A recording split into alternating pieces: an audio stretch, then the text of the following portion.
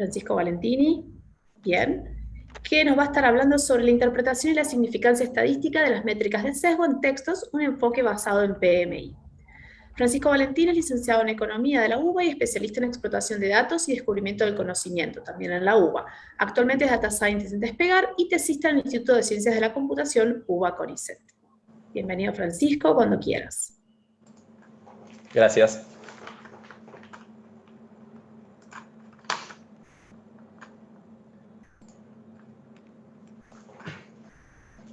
Bien, ahí se ve y se escucha. Sí, sí. Perfecto. Bueno, entonces lo que voy a presentar es un trabajo en desarrollo que estamos haciendo junto con Germán Rosati, Damián Blasi, Diego Fernández Slezak y Edgar Alciller, y es una línea de investigación que tiene que ver con las métricas de sesgo en textos. Hoy por hoy, cuando uno se enfrenta a este problema, el principal enfoque que uno encuentra o la principal técnica que uno encuentra para llevar adelante esto de la medición de sesgo es usar word embeddings. Y podríamos ilustrar esto con el siguiente ejemplo, ¿no? Supongamos que nos interesa saber si la ocupación de electricista o de electrician tiene una representación de género estereotipada en los artículos de la Wikipedia, ¿no? Es decir, nos interesa saber si esta palabra o esta ocupación está más asociada a algún género que con respecto a otros géneros y nos interesa cuantificar este fenómeno. Entonces lo que podríamos plantear es que la palabra que vamos a analizar es la palabra W, la palabra target, y suponiendo que vamos a trabajar solamente con el género masculino y el femenino, lo que podríamos hacer es construir dos conjuntos de palabras de contexto. El conjunto A, por ejemplo, podría representar a las palabras de contexto femeninas, ¿sí? Y el conjunto B podrían representar a palabras que hacen referencia a lo masculino, como vemos acá en la imagen. Y para cada una de estas palabras que están en juego, lo que podríamos hacer sería usar word embeddings, ¿no? Estos serían generar representaciones vectoriales para estas palabras y para el resto de las palabras del corpus que estamos analizando, que en este caso serían la Wikipedia, usando algún algoritmo de modo tal de que estas representaciones, cuando estamos hablando de palabras semánticamente similares, tienden a estar cerca en el espacio que se genera, en el espacio de los embeddings. Entonces, una vez que tenemos esto, lo que podemos hacer es aplicar una técnica como la siguiente, ¿no?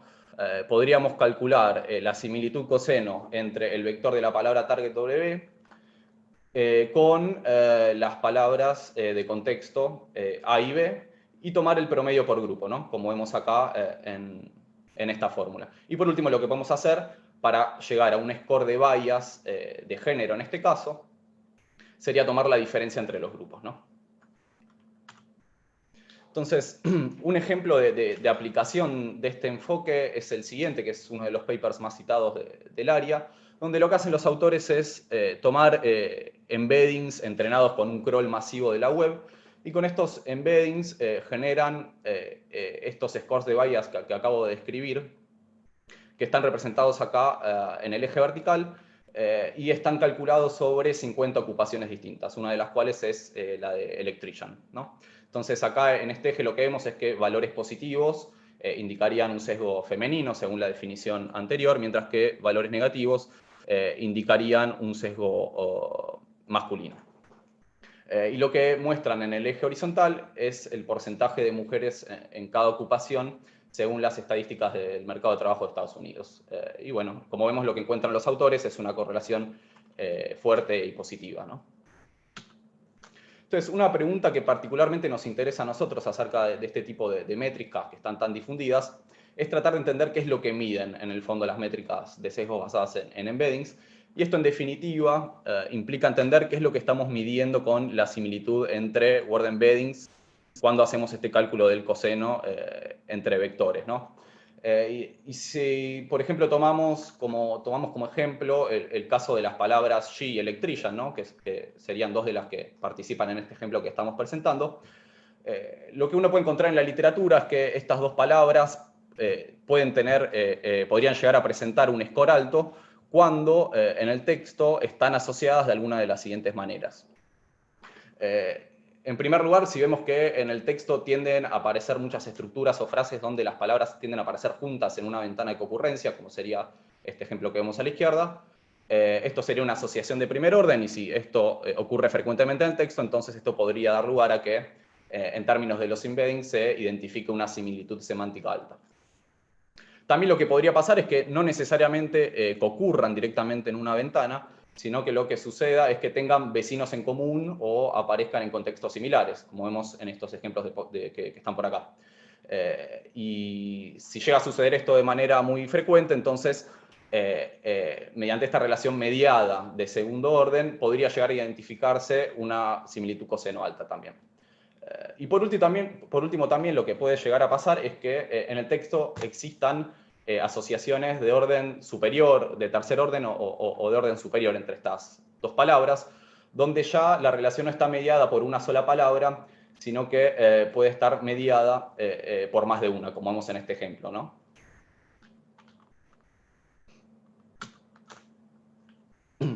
Entonces, volviendo al ejemplo donde queremos calcular hasta qué punto Electrician es una ocupación estereotipada en un texto que estamos analizando, supongamos que hacemos esto en la Wikipedia, ¿no?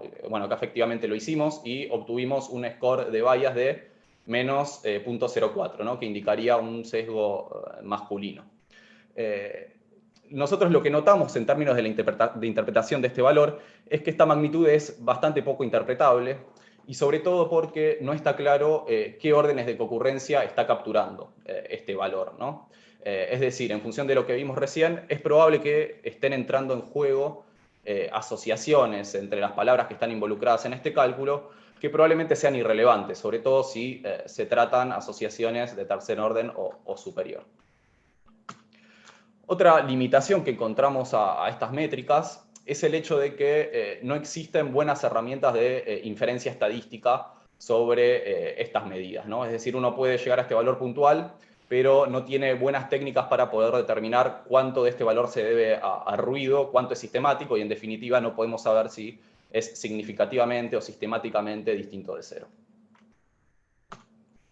En este sentido, en lo que estamos trabajando y un avance que hemos hecho en esta línea de investigación es un enfoque alternativo para medir sesgo que está basado en el PMI, ¿no? En el Point-Wise Mutual Information.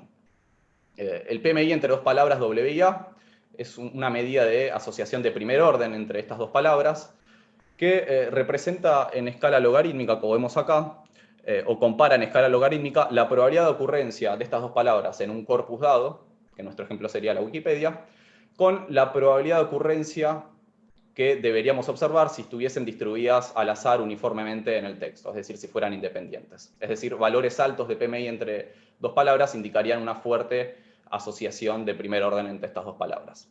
Entonces, lo que podemos hacer con esta métrica es aplicar la misma lógica de tomar la diferencia entre grupos, ¿no? Como vemos acá. Y lo interesante es que demostramos que esto se puede reexpresar como el logaritmo de un cociente de probabilidades, ¿no? Donde este cociente indica cuánto más probable es que W aparezca en el contexto de A que en el contexto de B.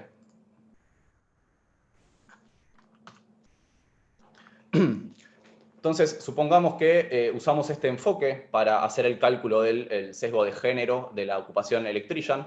Entonces, lo que deberíamos hacer es directamente hacer el conteo de las concurrencias entre las palabras o grupos de palabras que están involucradas. Es decir, para las referencias femeninas que estaban en el grupo A, deberíamos contar cuántas veces ocurren conjuntamente con la palabra target W, que sería Electrician, ¿no? Y también deberíamos contar cuántas veces ocurre con el resto de las palabras. Y lo mismo para las referencias masculinas que están en la segunda fila de este cuadro. Entonces, una vez que tenemos estos conteos, podemos combinarlos de esta manera para poder tener una estimación puntual de este score de bias basado en el PMI que acabamos de describir. En este caso, obtendríamos un valor negativo de menos 1.05, lo que da a entender que en el texto, bajo este enfoque de PMI, Electrician tiene un sesgo masculino, ¿no? Según la definición con la que estamos trabajando. Pero lo interesante acá es que, usando el hecho de que sabemos que esto lo podemos expresar como el logaritmo de un cociente de probabilidades, es muy fácil transformar este valor para poder determinar que, por ejemplo, este valor quiere decir que es un 65% menos probable que Electrician aparezca en un contexto femenino que en uno masculino. Entonces, como vemos, esta métrica de sesgo tiene unidades que son muy interpretables y fácilmente, ¿no? El segundo aspecto interesante de este enfoque basado en PMI hace uso del hecho de que, en general, las palabras de contexto o las concurrencias entre las palabras de contexto y el resto de las palabras, es decir, todo lo que no es W, tienden a ser sensiblemente mayores que las concurrencias con la palabra que estamos analizando, que en este caso sería electrician, ¿no? Es decir, y esto en general con los volúmenes de texto con lo que uno trabaja se suele cumplir. Y usando este hecho, lo que podemos hacer es aproximar nuestra métrica de sesgo como un log-odds ratio, como el que vemos acá, ¿no? Lo interesante de esto es que en la medida que estamos trabajando con un log-odds ratio, podemos usar el hecho de que los log-odds ratio tienen una distribución normal asintótica centrada en el verdadero valor del parámetro y con una varianza que se puede estimar directamente con estas cantidades. Entonces, una vez que sabemos esto, es muy sencillo empezar a usar herramientas de inferencia estadística para no solamente tener una estimación puntual del sesgo, sino también, por ejemplo, poder armar un intervalo de confianza como el que vemos acá, y también calcular un p-valor para la hipótesis nula de ausencia de sesgo. En este caso, por ejemplo, no solamente identificamos que la palabra tiene un sesgo masculino, sino que también que podemos rechazar la hipótesis de ausencia de sesgo con mucha confianza. Por último, lo que mostramos acá es que si replicamos el experimento donde comparamos las métricas de sesgo en el texto con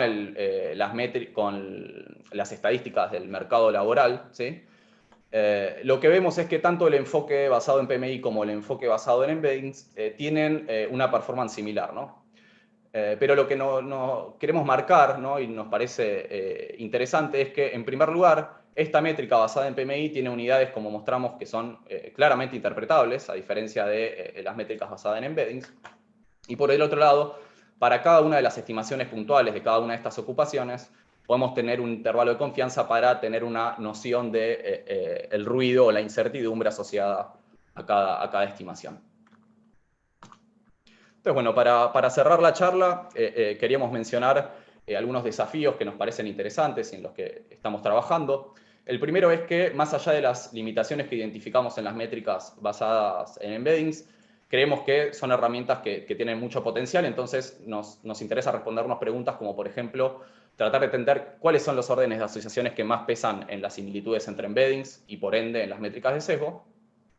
Y en segundo lugar, nos interesa hacer análisis de la estabilidad de estas métricas, tanto las que usan los embeddings como el PMI, especialmente en escenarios donde lo que podemos ir cambiando sea el corpus, es decir, en ausencia o presencia de determinados documentos o trabajando con corpus más pequeños o más grandes. También cuando cambiamos o perturbamos los grupos de palabras de contexto, o cuando alteramos algunos hiperparámetros relevantes, como pueden ser la longitud de ventana de concurrencia. Pero bueno, hasta acá llegó la presentación y ahora está el espacio para las preguntas. Muchas gracias. Bien, muchas gracias, Francisco, por la presentación de tu línea de investigación o proyecto. Teníamos algunas preguntas. Primero, o sea, más allá de la métrica que estuviste presentando, ¿cuál crees que es el aspecto más desafiante de tu línea de investigación? Y yo diría que en términos de lo que es la medición de sesgo, con estas métricas o estos enfoques con los que estamos trabajando, diría que tal vez lo que tiene de bueno uno de los enfoques es, a su vez, acarrea, digamos, algo que tiene desventaja. Es decir, cuando uno trabaja con enfoques más interpretables, como pueden ser el PMI, uno sabe en todo momento qué es lo que está midiendo, pero también tiene la desventaja de que tiene que ser muy cuidadoso con las palabras que elige, por ejemplo, ¿no? Es decir, por ejemplo, si las palabras que está usando tal vez no concurren exactamente en el texto, esa métrica no la va a poder computar y tiene que hacer un ejercicio más riguroso de tal vez encontrar palabras que representen el mismo concepto que a uno le interesa. En cambio, cuando uno trabaja con embeddings, por ejemplo, uno puede ser un poco más laxo en la selección de las palabras porque tienen la potencialidad o tienen la capacidad de detectar sinónimos, pero la contraparte es que no está claro, como mostramos, qué es lo que se está midiendo. Entonces creo que tal vez algo que en esta línea de investigación, algo que está presente todo el tiempo es esta este trade-off entre interpretabilidad y flexibilidad, ¿no? Bien. ¿Y a qué áreas creen que puede esto mutar a futuro, ayudar a futuro? O sea, por ejemplo, o sea, ustedes hablan del bias de género, mostraron ejemplos referidos a profesiones o incluso a nombres que se asocian al femenino masculino, pero ¿cómo puede aplicarse, por ejemplo, para detectar palabras que inducen a bias en tareas que tienen un fuerte componente léxico, como ser, por ejemplo, el hate speech? Sí. Bueno, acá justamente teníamos otro ejemplo para mostrar, pero que no lo presenté por el tiempo. Por ejemplo, acá lo que vemos es como, bueno, en un paper lo que se hace es, se detecta el grado de bias religioso, llaman los autores, de palabras asociadas con el terrorismo, con la violencia, ¿no? Y esto lo hacen con un enfoque de word embeddings. Creo que tal vez el aporte que estamos haciendo nosotros en relación a estas mediciones, que nos parecen muy relevantes, es el hecho de ser consciente qué es lo que se está midiendo y tal vez cuando usamos algunas técnicas que son más flexibles pero poco interpretables, podemos llegar a resultados que son contraintuitivos o que no podemos entender fácilmente. Entonces creo que nuestro aporte va por ese lado y creemos que puede servir no solamente para aplicaciones como esta que estoy mostrando, que tienen que ver con las ciencias sociales computacionales, que es muy útil para detectar prejuicios o representaciones estereotipadas en grandes volúmenes de texto o redes sociales o medios, etcétera, sino también incluso para el propio desarrollo de algoritmos de NLP o de inteligencia artificial, ¿no? En la medida en que tengamos buenas herramientas para detectar sesgo en los corpus, en los datos de entrenamientos, vamos a tener buenas herramientas para poder reducir los sesgos de los modelos también. Bien, genial. Tenemos una pregunta también en YouTube. Si recomendás usar embeddings grandes para capturar más contexto o embeddings más cortos. Yo a priori no sabría responder exactamente la pregunta. Sí, de todas las pruebas que hemos hecho, los resultados suelen ser similares, ¿no? Digamos, si uno trabaja con las cantidades o con la cantidad de dimensiones estándar desde 50 hasta 300, uno no suele encontrar grandes diferencias en los resultados, diría yo. Bien. Axel, ¿tenemos alguna otra pregunta? No hasta donde he visto. Bien, genial. Te agradecemos mucho, Francisco, tu presentación. Gracias, Bueno, Francisco. gracias a ustedes.